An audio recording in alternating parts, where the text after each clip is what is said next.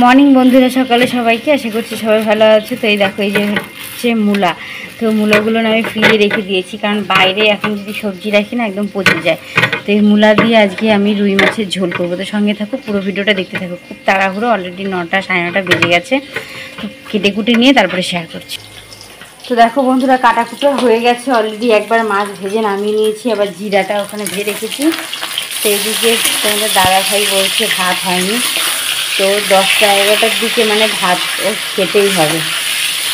তো দেখো, মাছগুলো উল্টে পাল্টে ভেজে নিচ্ছি। আর এখানে সবজির মধ্যে আমি কেটে নিয়েছি মূলো আর আলু।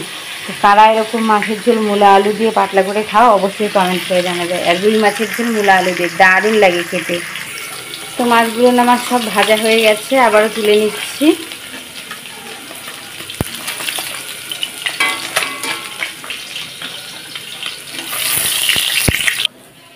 তো মাছ টাছগুলো ভেজে নিয়েছি। তো আমি এখানে এক ফোঁটা কচু দিয়েছিলাম, কারণ মা মূলাটা খায়, কিন্তু মাছের ঝোলে খুব একটা পছন্দ করে না, কিন্তু খেতে কিন্তু আমার খুব ভালো লাগে। তো কার কার এরকম ভালো লাগে অবশ্যই কমেন্ট করে জানাবে। তো দেখো, ফোড়নের জন্য দিয়ে দিচ্ছি গোটা তেজপাতা আর গোটা জিরে। এখন আমি কেটে রাখা সবজিগুলো দিয়ে দেবো। এর মধ্যে একটু লবণ দিয়ে নিই, তাহলে ছিটে আর গায়ে আসবে না। তো 3টা তরকারি হয়েছিল বলে, 3 তরকারি খেতে নেই বলে এক ফোঁটা ঝিঙার টুকরোটা আমি দিয়ে দিলাম। তো দেখো, আমার সুন্দর জিরাটা একদম লাল হয়ে এসছে। সবজিটাকে দিয়ে দিলাম। এখন সবজিটাকে বেশ সুন্দর লাল করে ভেজে নেব। তো এটা লাল করে ভেজে নিতে নিতে মশলার মধ্যে আমি নিয়ে নেবো কাঁচা লঙ্কা, আদা বাটা আর জিরে বাটা। আর চাইলে যদি মানে রাঁধুনি থাকে অষ্টটা দিতে পারো, তাতে সেন্টটা খুব ভালো লাগে খেতে। এখানে একটুখানি করলা ভাজা বসিয়েছিলাম। তো দেখো, সবজিটা বেশ সুন্দর লাল হয়ে গেছে। তো সবজিটা ভাজা বসিয়ে আমি এখানে লঙ্কাটা আদাটাকে বেটে নিয়ে এসেছিলাম। তো লঙ্কা আদা বাটাটাকে দিয়ে দিলাম। তোমরা চাইলে এর মধ্যে লঙ্কার গুঁড়োও দিতে পারো। তো এখন এটা দিয়েও ভালোভাবে কষিয়ে নেব। তো এইভাবে একবার মূলা দিয়ে পাতলা করে মাছের ঝোল খেয়ে দেখো বন্ধুরা, আশা করি সবার ভালো লাগবে। আর কারা খেয়েছে অবশ্যই কমেন্ট করে জানাবে, যারা খাওনি তারাও জানাবে। দিয়ে দিলাম 1 চামচের মতো হলুদ। হলুদটাকে দিয়েও ভালোভাবে কষিয়ে নেব।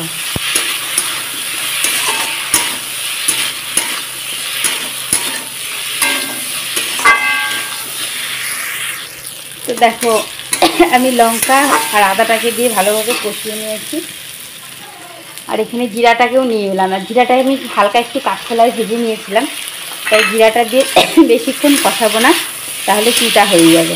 তো জিরাটাকে দিয়েও হালকা একটু কষিয়ে নেব। যেহেতু আমি কাঠখোলায় ভেজে নিয়েছিলাম, বাটার জন্য ওটা সহজ হয়। তো চাইলে তোমরা এর মধ্যে একটু জলও অ্যাডজাস্ট করতে পারো। তো যেহেতু তেল আছে বেশি অনেকটা, তাই জল দিতে প্রয়োজন হলো না। আর আমি ভাজার সময় একটু তোমাদের দেখানো হয়নি, হালকা একটু ঢেকে দিয়েছিলাম সবজিগুলো বেশ সুন্দর সেদ্ধ হওয়ার জন্য। দেখো কি সুন্দর সেদ্ধ হয়ে গেছে। নাড়াচাড়া করতে করতে এত সুন্দর করে পাতলা করে কেটেছি, খুব সুন্দর হয়েছে। তো বেশ জিরাকে দিয়েও কষানো হয়ে গেছে, হ্যাপি আসছে একদম। তো এখন পরিমাণ মতো ঝোলটা অবশ্যই দেবে। একটু মাখা মাখা খাইলেও খেতে পারো, চাইলে একটু ঝোল ঝোলে দিতে পারো। তো আমি একটু ঝোল ঝোলে করবো, কারণ আমার এই মূলা দিয়ে মাছের ঝোল পাতলা।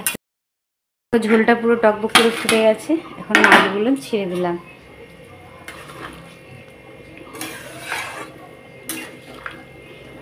তার একটু হয়ে এলে ঝোলটাকে নামিয়ে দেবো।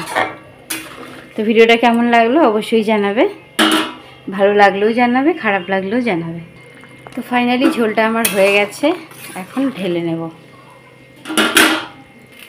তো মূলা দিয়ে মাছের ঝোলটা আমার রেডি। আশা করি ভিডিওটা সবার ভালো লাগবে। লাইক শেয়ার কমেন্ট করতে ভুলবে না। চ্যানেলটা যদি নতুন হয় সাবস্ক্রাইব করতে ভুলবে না। প্রিয়াঙ্কা সুইট কিচেন থেকে, প্রিয়াঙ্কার তরফ থেকে রইল অনেক ভালোবাসা। এরকম দুপুরে একবার বাঙালিদের সবাইকে বলছি, একবার মূলো দিয়ে মাছের ঝোল খেয়ে দেখুন, আশা করি সবার ভালো লাগবে। ও সেই স্বাদ! আর একটু লেবু চেপে নেবেন, জাস্ট কোনো কথা হবে না। টাটা।